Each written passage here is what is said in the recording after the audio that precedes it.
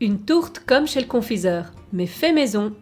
Grâce au fondant roulé, une masse de sucre lisse, vous pouvez fabriquer des éléments décoratifs pour vos tourtes et cakes et cupcakes. Préparer. Bien pétrir le fondant roulé afin qu'il soit bien lisse et élastique. Saupoudrer le plan de travail de sucre en poudre.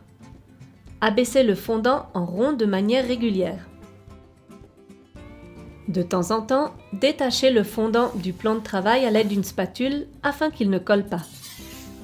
Revêtir.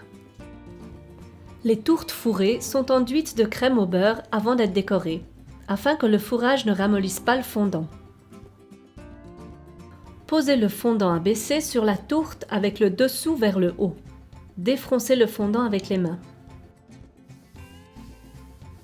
Afin d'éviter les plis, tirez soigneusement le bord d'une main et appuyez le long de la tourte de l'autre main. À l'aide du lisseur, lissez la tourte de tous côtés de manière régulière.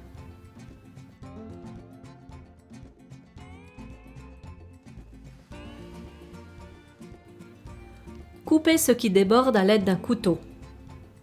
Le reste peut être réutilisé. Collier de perles.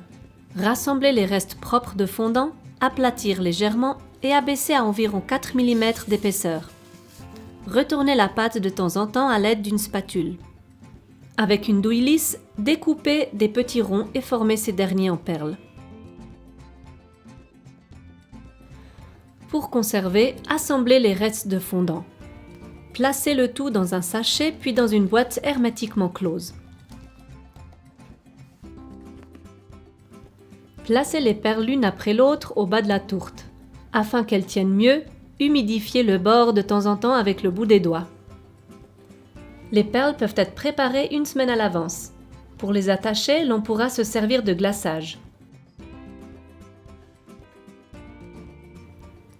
Recouvrir soigneusement la tourte de film alimentaire et la poser au frigo.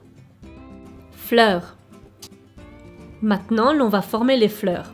Pour ceci, vous avez 3 tailles d'emporte-pièces et 3 couleurs de fondant à choix. Abaissez le fondant à rouler à environ 2 mm d'épaisseur et découpez les fleurs de tailles différentes.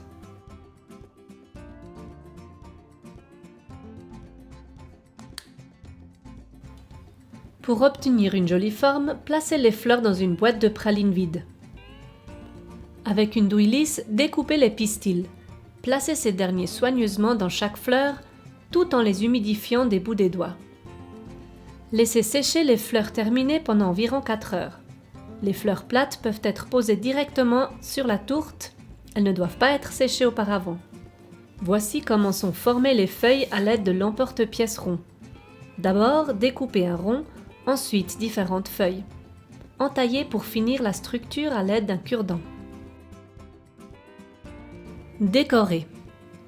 Maintenant, posez les fleurs et les feuilles à votre guise et fixez-les avec du glaçage.